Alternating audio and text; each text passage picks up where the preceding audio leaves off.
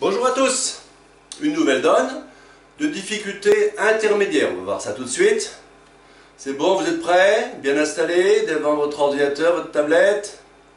Allez, c'est parti, on se concentre, on s'applique, on réfléchit un petit peu avant moi. Allez. Alors, donc difficulté intermédiaire comme je le disais. Une donne que j'ai empruntée à nouveau à Marc Kerlero, dont on a parlé plusieurs fois, très grand joueur de bridge, très bon professeur de bridge, très bon écrivain de bridge, des super bouquins. Si vous en voyez, vous pouvez les lire sans modération. Allez, alors, de quoi s'agit-il? Vous avez cette jolie main, 4 et 3, 7, 8, 9, 10, 11, 12, 13, 13, 14, 15 HL. Devant vous, on ouvre de un trèfle. De un trèfle, vous dites bien sûr un carreau, ça promet donc une main de l'ouverture, proche de l'ouverture, éventuellement un tout petit peu moins, avec une belle couleur à carreau, au moins cinquième. Donc un trèfle, un carreau, nord, contre, alerté ou pas, vous demandez ce que c'est, si nécessaire, on vous dit c'est standard, c'est safe, ou on vous dit c'est 4 cartes à cœur, tout ça c'est la même chose, il a 4 cartes à cœur. Est passe, sud dit un pic, il n'a pas 4 cartes à cœur avec son partenaire, il dit un pic dans une situation non forcing, hein. Ici on a promis 7-8 points, là il peut avoir que 12 points, il n'a pas le droit de passer bien sûr sur un carreau contré, il dit un pic, ici je peux répéter ma couleur, hein. J'ai 6 cartes, belle couleur, As-Roi-Dame on ne peut pas faire mieux, difficilement en tous les cas, et puis j'ai plus que l'ouverture, donc trois bonnes raisons de me permettre de dire 2 carreaux, et Nord conclut à 4 piques. Nord conclut à 4 piques, voilà, j'entame de l'as de carreau bien sûr, le mort s'étale, 4 et 4, 8 et 4, 12, 13, 4, ou un beau mort, hein. Il pourrait très bien avoir quasiment un as de moins, ou pas loin, ou un roi de moins en tous les cas, d'accord? Il a une très belle main. Il a combien de points? On a dit 4 et 4, 8 et 4, 12, 13, 14, 15. Moi j'en avais 4 et 4, 8, 9, 10, 11, 12, 13. 13 et 15, ça doit faire 28, c'est ça. Lui, il a ouvert, hein, il a donc 11-12 points au minimum, il ne peut pas avoir plus, hein, puisqu'il n'y a pas 41 points dans le jeu, donc il a 11-12 points. Autrement dit, mon partenaire, il a rien ou quasiment rien. Peut-être un valet, mais a priori, il a rien. Ici, on n'ouvre pas avec des mains très faibles. De temps en temps, on peut ouvrir avec 11. Très rarement, dans les mains très distribuées, avec une belle couleur, etc., on peut ouvrir avec 10, mais là, en l'occurrence, c'est sans doute pas le cas, donc il a 11 ou 12 points, mon partenaire n'a rien.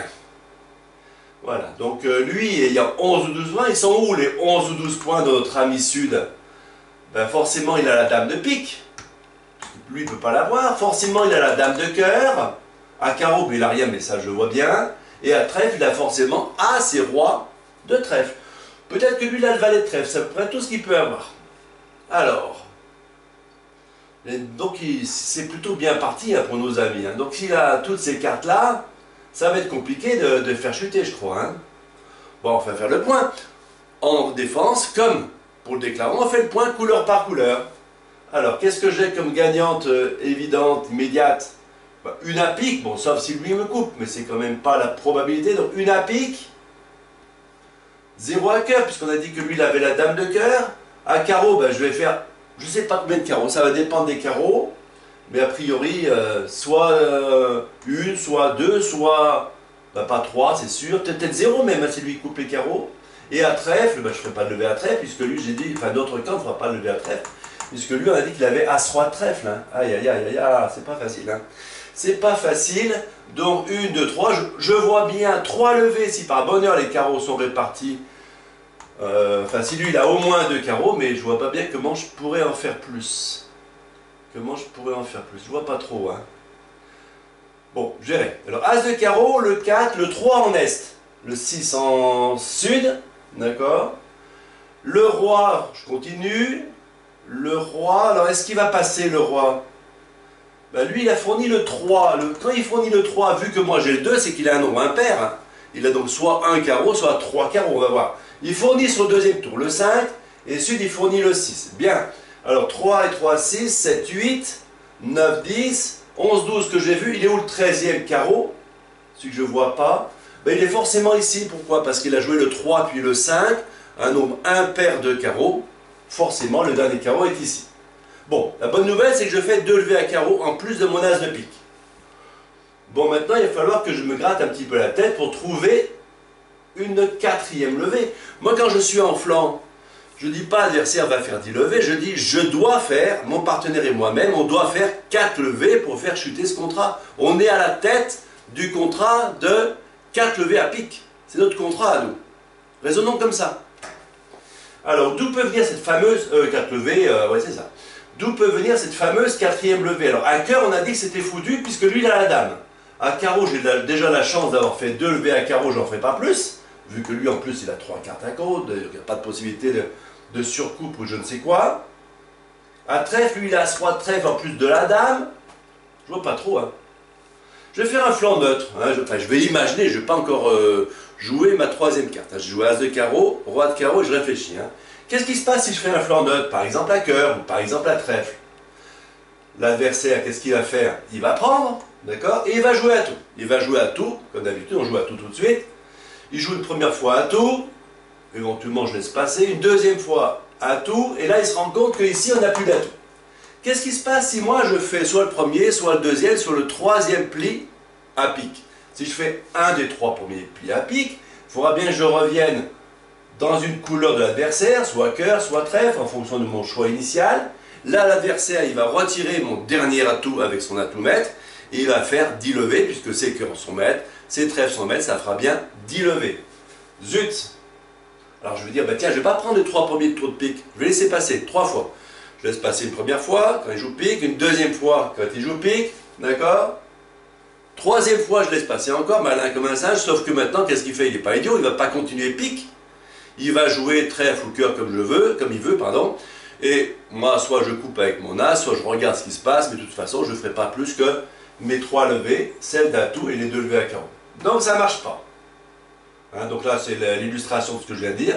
En As de carreau, Roi de carreau, carreau, carreau, carreau, carreau, carreau, carreau.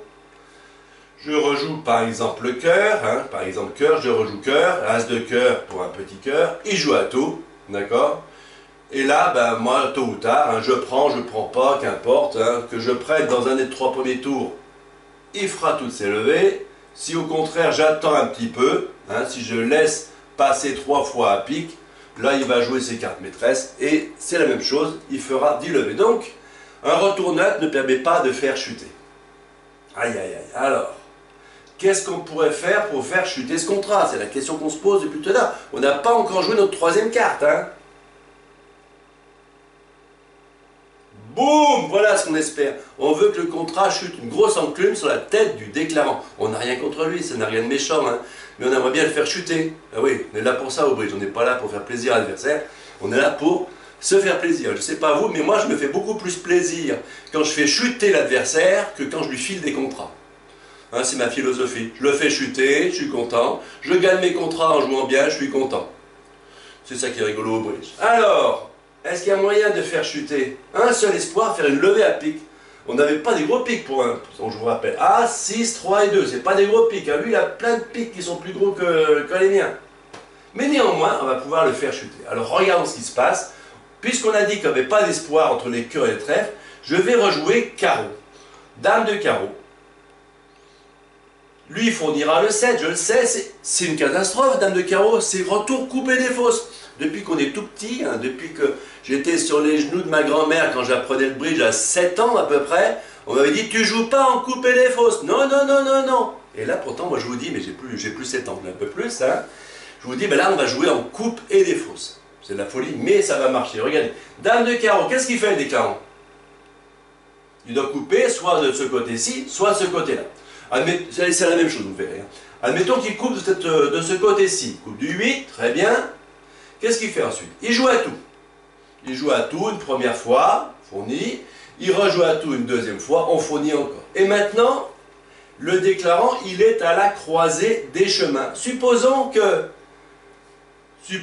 joue encore un coup d'atout. Atout, cette fois-ci je prends de l'as. Au passage, le dernier atout du mort disparaît. Et qu'est-ce que je fais maintenant? Je joue mon 9 de carreau.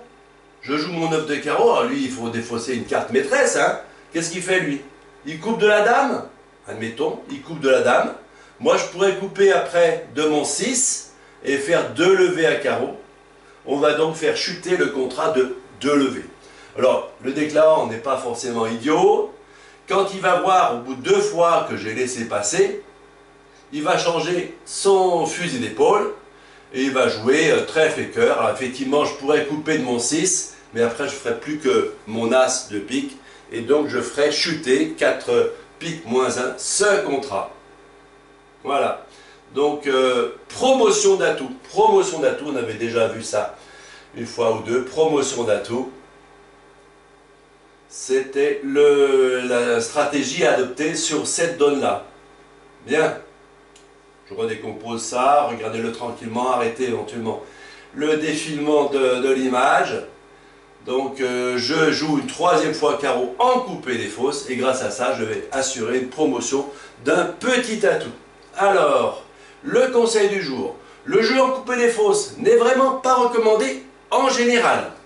Il donne dans la plupart des cas une levée au déclarant, mais pas toujours. Il arrive que ce flanc soit le seul qui permette à la défense d'arriver à ses fins. C'était le cas sur cette donne-là.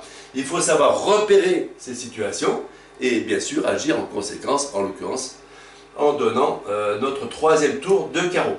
Quand j'ai une distribution 4-4 des atouts adverses et que moi-même j'ai 4 atouts, surtout quand c'est commandé par l'As, c'est quasiment systématiquement un bon flanc. Voilà, un dernier conseil. Dernier petit commentaire, je serai bref, je ne sais pas si je l'ai été un petit peu long, non ça va, pas trop fatigué. Bon allez, je vous laisse, reposez-vous bien, et puis soyez en forme demain pour la prochaine donne. Allez, à bientôt.